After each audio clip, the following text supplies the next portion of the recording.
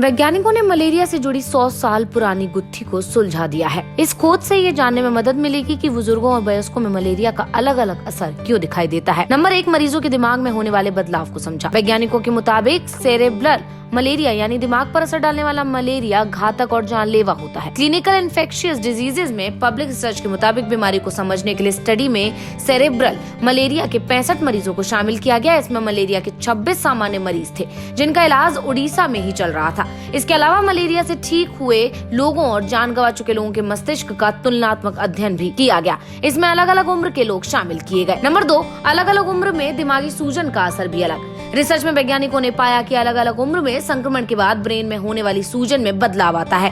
जैसे बढ़ती उम्र में समय के साथ सूजन घटती है और बच्चों में बढ़ती है, वहीं वयस्कों में दिमागी सूजन और मौत के बीच कोई कनेक्शन नहीं मिला। इस खोज से हर मरीज को उसके मुताबिक इलाज देने का नया रास्ता खुल सकता है। नंबर 3, ऑक्सीजन की कमी का असर दिमागी संरचना पर। रिसर्च में यह भी सामने आया कि गंभीर मरीजों के ब्रेन में ऑक्सीजन की कमी होने पर पूरे दिमाग की संरचना पर इसका असर होता है। वैज्ञानिकों का मानना है कि मौत के मामलों में कमी लाने के लिए ऐसा सिस्टम विकसित करने की जरूरत है जो मरीजों में मलेरिया के खतरे को समझ सके और हालत नाजुक होने से बचा सके। वैज्ञानिकों के मुताबिक मलेरिया से जूझने वाला हर 5वां मरीज इलाज के बावजूद दम तोड़ रहा है। जो मरीज इलाज के बाद जान बचाने में कामयाब रहते हैं उनमें ब्रेन से जुड़े साइड इफेक्ट्स देखने को मिलते हैं। अलग अलग उम्र के मरीजों में ब्रेन पर पड़ने वाला असर को समझने के लिए पिछले 100 साल वैज्ञानिक जुटे हैं और इस बीमारी की वजह मलेरिया प्लाज्मोडियम फैल्सिपेरम परजीवी है जो मच्छरों के काटने पर इंसान में पहुंचता है। नंबर 5, ब्रेन इमेजिंग से गुत्थी को समझना आसान हुआ। इस रिसर्च से सामने आया कि पिछले कई सालों से रिसर्चर्स मलेरिया के परजीवी को समझने के लिए